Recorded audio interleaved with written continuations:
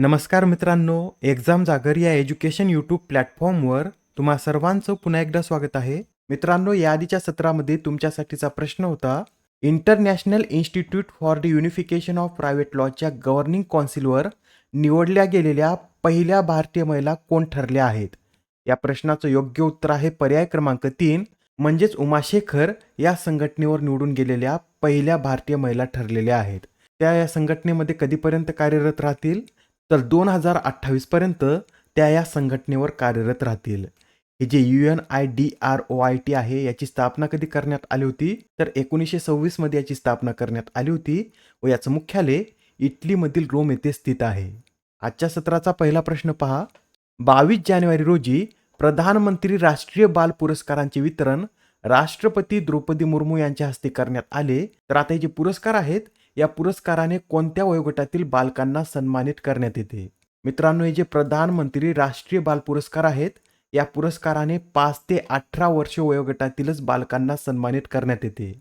आणि हे जे पुरस्कार आहेत हे शौर्य, कला आणि संस्कृती, पर्यावरण, नवोन्मेष, विज्ञान आणि तंत्रज्ञान, समाजसेवा आणि क्रीडा या श्रेणी अंतर्गत देण्यात येतात. यंदा हे पुरस्कार 19 बालकांना देण्यात आले आहेत.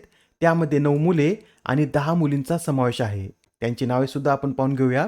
मित्रांनो, या पुरस्कारामधील शौर्य श्रेणीतील पुरस्कार एकाच बालकाला देण्यात आला आहे व ते महाराष्ट्राचे असून त्यांचं नाव लक्षात ठेवा, आदिती विजय ब्राह्मणे यांना मरणोत्तर हा शौर्य श्रेणीतील पुरस्कार देण्यात आलेला आहे. कला आणि संस्कृती श्रेणीतील पुरस्कार अनुष्का पाठक, अर्जित बॅनर्जी, अरमान उब्रानी, हेतवी कांतीबाई खिमसुरिया, इश्फाक हमीद, मोहम्मद हुसेन, पेंड्याला लक्ष्मीप्रिया यांना देण्यात आला आहे. नवोन्मेष श्रेणीतील पुरस्कार सुहानी चौहान, विज्ञान आणि तंत्रज्ञान श्रेणीतील पुरस्कार आर्यन सिंग, समाजसेवा श्रेणीतील पुरस्कार अवनीश तिवारी, गरिमा, ज्योत्स्ना अख्तार, संयम मुजुमदार, तर खेळ श्रेणीतील पुरस्कार आदित्य यादव, चार्विये, जेसिका नेसारिंग, लिंतोई चनबम आणि आर सूर्यप्रसाद यांना देण्यात आलेला आहे. प्रश्न क्रमांक दुसरा पहा. परराष्ट्र मंत्री एस जयशंकर यांनी भारत सरकारच्या नवीन शैक्षणिक धोरणाअंतर्गत कोणत्या भाषेचा भारतातील 9 अभिजात भाषांपैकी एक म्हणून समावेश करण्याची घोषणा केली आहे? तर आता नुकतेच परराष्ट्र मंत्री एस जयशंकर यांनी फारसी या भाषेचा भारतातील 9 अभिजात भाषांपैकी एक म्हणून समावेश करण्याचा निर्णय घेतला आहे. मित्रांनो, परराष्ट्र मंत्री एस जयशंकर हे इराणच्या दौऱ्यावर गेले होते. त्यावेळेसच त्यांनी घोषणा केलेली आहे. इराण या देशाची फारसी ही अधिकृत भाषा आहे व आता या भाषेचा समावेश भारतातील 9 अभिजात भाषांपैकी एक म्हणून करण्यात येणार आहे. बरं, तुम्हाला माहित आहे का सध्या भारतात अभिजात भाषांची संख्या किती आहे? तर सध्या भारतात 6 भाषांना अभिजात भाषेचा दर्जा देण्यात आलेला आहे. आणि जे नवीन शैक्षणिक धोरण आहे त्या अंतर्गत अजून 3 भाषेचा समावेश या अभिजात भाषांमध्ये करण्यात येणार आहे. यामध्ये फारसी बरोबरच पाली आणि प्राकृत या भाषांचाही यामध्ये समावेश करण्यात येणार आहे. लक्षात ठेवा, महत्त्वाचा पॉईंट आहे, ज्या 3 नवीन भाषा आहेत यामध्ये पाली, प्राकृत आणि फारसी या 3 भाषांचा समावेश असणार आहे. आणि मित्रांनो, जर तुम्हाला असं विचारलं की अभिजात भाषेचा दर्जा मिळवणारी पहिली भाषा कोणती आहे? तर नोट करा, तमिळ ही अभिजात भाषेचा दर्जा मिळवणारी पहिली भाषा आहे. तामिळला 2004 मध्ये हा दर्जा देण्यात आला होता. त्यानंतर 2005 मध्ये संस्कृत, 2008 मध्ये तेलुगू व कन्नड, 2013 मध्ये मल्याळम, तर 2014 मध्ये ओडिया या भाषेचा यामध्ये समावेश करण्यात आलेला आहे. मित्रांनो, अत्यंत महत्त्वाची न्यूज आहे. येणाऱ्या एक्झाममध्ये 100% आपल्याला यावर प्रश्न पाहण्यास मिळेल. त्यासाठी हे सर्व पॉईंट नोट करून घ्या. आणि आता हा प्रश्न पहा, यात काय विचारला आहे? तर मध्य प्रदेश राज्याचे मुख्य सचिव म्हणून कोणाची नियुक्ती करण्यात आली? आता अलीकडेच मध्य प्रदेश राज्याच्या मुख्य सचिव म्हणून वीरा राणा यांची नियुक्ती करण्यात आलेली आहे. वीरा राणा 1988च्या बॅचच्या IAS अधिकारी असून त्या मध्य प्रदेश राज्याच्या मुख्य सचिव बनणाऱ्या दुसऱ्याच महिला ठरल्या आहेत. याआधी निर्मला या मध्य प्रदेशच्या मुख्य सचिव बनणाऱ्या पहिल्या महिला होत्या. त्यानंतरच्या वीरा राणा या दुसऱ्याच महिला आहेत. बरं, हे पद सोपवण्याआधी त्या कोणत्या पदावर कार्यरत होत्या? तर मध्य प्रदेश माध्यमिक शिक्षण मंडळाच्या अध्यक्षा यासच त्यांच्याकडे मुख्य सचिव पदाचा अतिरिक्त कार्यभार सुद्धा देण्यात आला होता व शेवटी त्यांनाच मध्य प्रदेशचे मुख्य सचिव बनवण्यात आलेला आहे.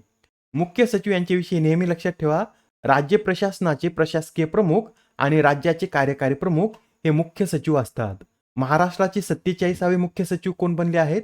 तर नितीन करीर हे महाराष्ट्राचे 47वे मुख्य सचिव बनलेले आहेत. यासह अलीकडे ज्या महत्त्वपूर्ण नियुक्त्या झाल्या आहेत त्या सुद्धा आपण पाहून घेऊया. 16व्या वित्त आयोगाच्या अध्यक्षपदी अरविंद पानगडिया यांची नियुक्ती करण्यात आली आहे.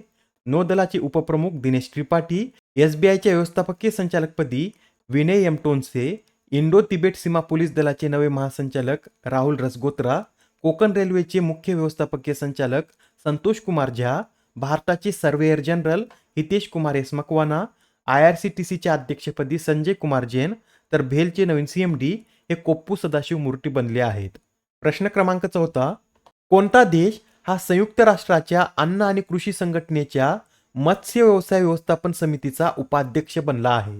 तर आता ही जी FAO संघटना आहे त्या संघटनेच्या मत्स्य व्यवसाय व्यवस्थापन समितीचा उपाध्यक्ष हा आपला भारत बनलेला आहे. मित्रांनो, गेल्या 57 वर्षामध्ये भारत प्रथमच या संघटनेचा उपाध्यक्ष बनलेला आहे. तुमच्या माहितीसाठी हे सुद्धा नोट करून घ्या. भारतात 2,80,00,000 अधिक लोक मासेमारी व्यवसायाशी संबंधित आहेत व 2019-20 मध्ये एकूण 142 लाख टन मत्स्य उत्पादनासह भारताचा मत्स्य उत्पादनात जागतिक वाटा हा 8% इतका होता. भारताने याच काळात 46,662 कोटी रुपयाचे मत्स्य निर्यात केले होते आणि भारताच्या कृषी निर्यातीत याचा हिस्सा 18% इतका उच्च होता. मित्रांनो, भारताने 2024-25 पर्यंत 22 दशलक्ष मेट्रिक टन मत्स्य उत्पादनाचे उद्दिष्ट ठेवलेलं आहे. यासह हे सुद्धा नोट करून घ्या, मागच्या वर्षी म्हणजे 2023 मध्ये जागतिक मत्स्य परिषदेचं आयोजन गुजरातमधील अहमदाबाद येथे करण्यात आले होते. बरं, ही जी FAO संघटना आहे याची स्थापना कधी करण्यात आली होती? तर 16 ऑक्टोबर 1945 मध्ये याची स्थापना करण्यात आलेली आहे व याचं मुख्यालय इटलीमधील रोम येथे स्थित आहे. प्रश्न क्रमांक 5 पहा. मोहम्मद बिन रशीद अल मक्तूम क्रिएटिव्ह स्पोर्ट्स अवॉर्ड्समध्ये प्रतिष्ठित international sports personality of the year या पुरस्काराने कोणाला सन्मानित करण्यात आले? या प्रश्नाचं योग्य उत्तर आहे पर्याय क्रमांक 4 म्हणजे जियानी इन्फेंटिनो यांना international sports personality of the year या पुरस्काराने सन्मानित करण्यात आलेला आहे. हे जे जियानी इन्फेंटिनो आहेत हे फिफाचे अध्यक्ष असून त्यांना दुबईमध्ये हा पुरस्कार प्रदान करण्यात आलेला आहे. बरं, या फिफाचं फुल फॉर्म काय आहे? तर federation international D football association असं या फिफाचं फुल फॉर्म आहे. नेक्स्ट क्वेश्चन पहा. कोणत्या राज्याने महतरी वंदन ही योजना सुरू केली आहे? तर आता ही जी महतरी वंदन योजना आहे ही छत्तीसगड या राज्याद्वारे सुरू करण्यात आलेली योजना आहे. या योजनेअंतर्गत काय केलं जाईल? तर या योजनेअंतर्गत सरकारकडून महिलांना दरमहा 1,000 रुपये दिले जाणार आहेत. पण या योजनेचा लाभ घेण्यासाठी काही निकष सुद्धा सांगण्यात आलेले आहेत. या योजनेचा लाभ घेणारी व्यक्ती ही छत्तीसगड राज्याचीच रहिवासी असावी, तिच्या कुटुंबाचे वार्षिक उत्पन्न हे 2.5 लाख रुपयांपेक्षा कमी असावे व त्या महिलेचे वय 23 ते 60 वर्षाच्या आत असावे. हे निकष पूर्ण करणाऱ्या महिलाच या महतरी वंदन योजनेचा लाभ घेऊ शकणार आहेत. छत्तीसगड विषयी सांगायचं झालं तर छत्तीसगडची स्थापना 1 नोव्हेंबर 2000 साली झाली असून हे स्थापनेनुसार भारतातील 26वे राज्य आहे. सध्या छत्तीसगडचे राज्यपाल कोण आहेत?